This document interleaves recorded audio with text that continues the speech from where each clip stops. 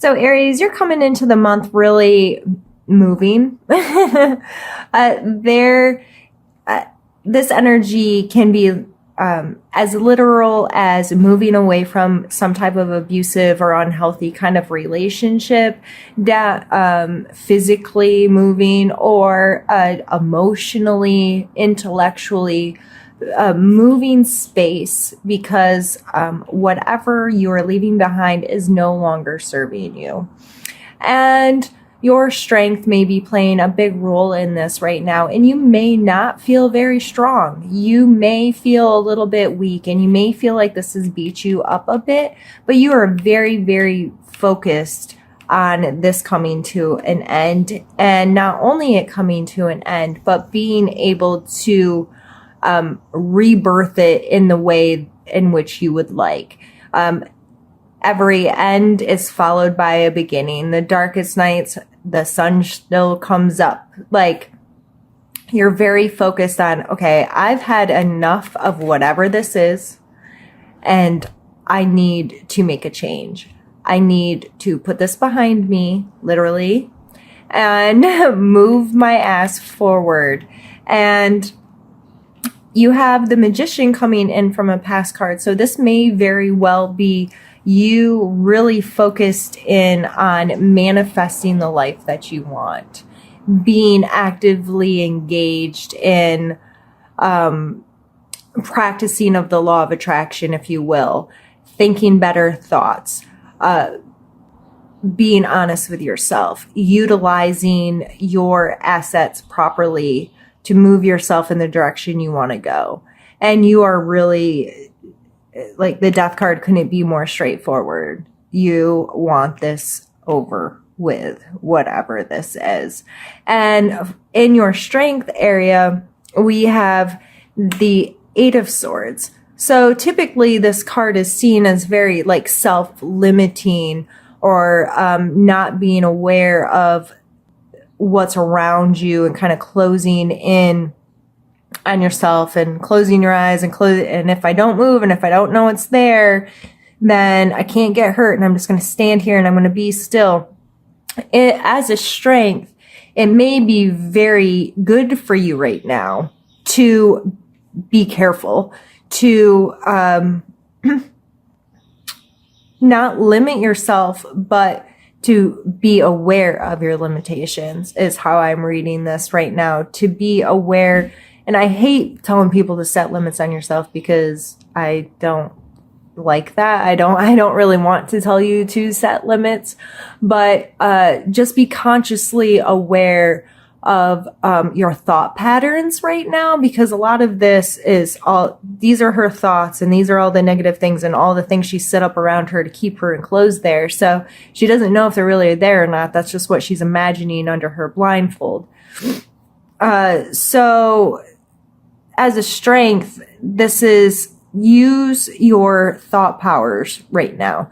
Use your abilities to imagine the possibilities, but not in a negative way. Use it in a very analytical way of what's serving me, what's not, what's going to benefit me, what's not, what can I physically do right now and what I can't, and working on just having a more logical view on what's happening in your surroundings.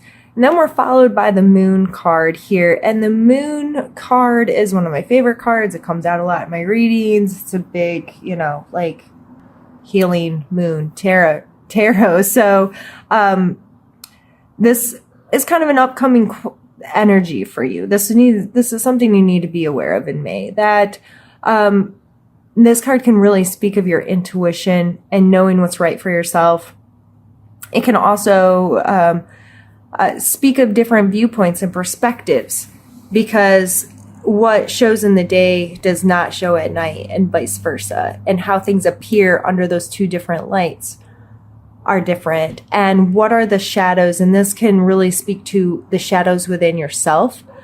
Traumatic experiences, or things you've held on to your entire life, these like subconscious shadows that are hidden inside of you, that maybe may be being brought into a different light because you are moving, you're changing your perspective on this, and you're focusing differently this month. And it may really lead to you intuitively being more conjoined with where you want to go in the life that you want to have. And our suggestion card is the Two of Coins. So the Two of Coins, he's juggling, and he is multitasking, and he's making it work. And this card speaks of being flexible, going with the flow. The sea's topsy-turvy in the background. He has this thing going, and no, they may not be equal, but they're still, he's capable of keeping this flow going, right? So this kind of energy can be exhausting. It can wear you out. You can get worn a little thin. However, this is something you're capable of, and it's being suggested to you this month to keep juggling. Make sure you keep the momentum going. It's not going to last forever. And this is followed by the Seven of Swords, and he's kind of known as the sneaky thief. He's stealing away 5 of 7 swords.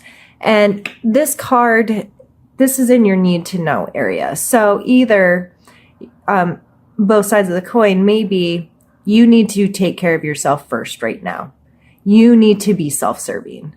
And that's probably why you have 2 cards that are moving away with swords. You have 4 sword cards right there, all in the top here. So there is a lot of analytical brain power happening this month. And so with these 2 cards, these 2 are moving. This is how you came into the month, and this is what you need to, one of the things you need to know this month. So either someone could be physically taking something from you. They could be investigating you. They could be stealing time away from you, or just like sneaking away kind of thing. Or that could be you. Are you being sneaky with how you spend your time just so you have more time to yourself? Is there something happening in your job where you're not being straightforward, even as far as thinking like plagiarism type something? But you need to know that this energy is in your life right now, and it's being called to your attention. So whether it's you or somebody else in your life, be mindful of that. If it's you, is it keeping you up at night? Because that's your next card. Or, are these kind of behaviors eating you? Because this person can't sleep because of all of these thoughts. Let's rack them up. This is all the stupid stuff I've done, or these are all the bad choices I've made, or these are, I haven't been good to myself. I haven't been taking care of myself. Whatever I've done, guilt. I'm getting that very strongly from this card, especially in this placement. You are scared that this is how you're going to continually feel. You're going to continually question the actions that you've taken and the thoughts that you've had, and it's snowballing. With all these swords, I see this kicking your ass. And then we end down here with the Hierophant. And the Hierophant is all about structure, whether this be within an actual religious setting, spiritual setting, school, some kind of hierarchy where there's someone that holds you accountable, and there's certain rules and regulations to the system. So whether this be your work, your religion, you going to school, continuing your education, whatever you're doing, this energy is going to be very prevalent with you by the end of May.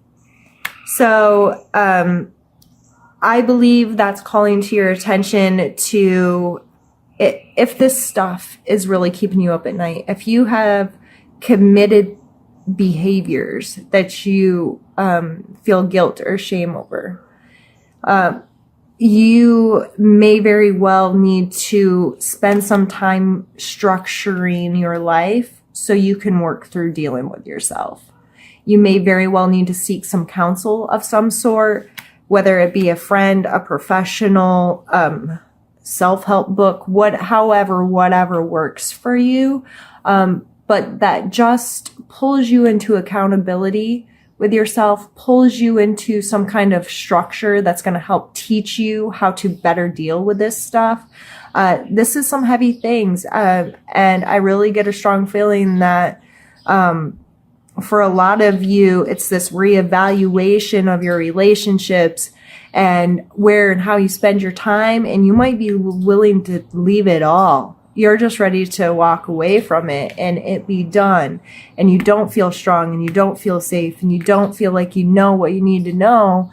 Or you may be feeling like you're getting like physically stolen from, or you're committing those kinds of behaviors because of the situation you're in. It may be necessary for you to commit some of these behaviors. It may be necessary for you to sneak away, or it may be necessary for you to cut off resources or something with someone because it's not healthy. So regardless of how this is playing out, and with these general readings, I'm still new to doing this for general, and for, 50 or 100 or however many people watch this. In a personal reading, I would go much more in depth with some of these things, but I'm trying to keep it general. So, because regardless of what your position is in this month, Aries, these energies are there and you're going to be dealing with them in some capacity. And by mid-May, when the Uranus moves and all of these things happening, this could definitely cause some of this restructuring to happen in your life. So, I believe it's important for you this month to love yourself regardless and be understanding and give yourself time to deal, and don't be too harsh and mean on yourself and all of those good things that could go on and on. But instead, I'm going to pull an oracle card and see what that has to say. And these cards are so big, they're hard for me to shuffle.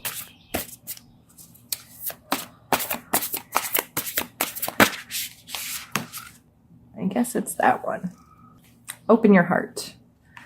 And we're even going to consult the book just because we can. I'm still relatively new to these.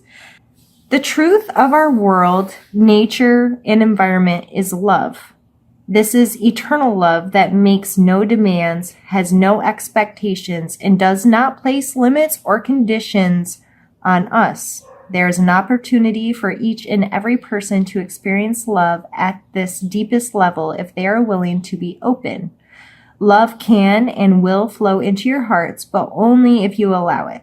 It will change your perception, nurture and hold you, and even give you strength to endure hardships.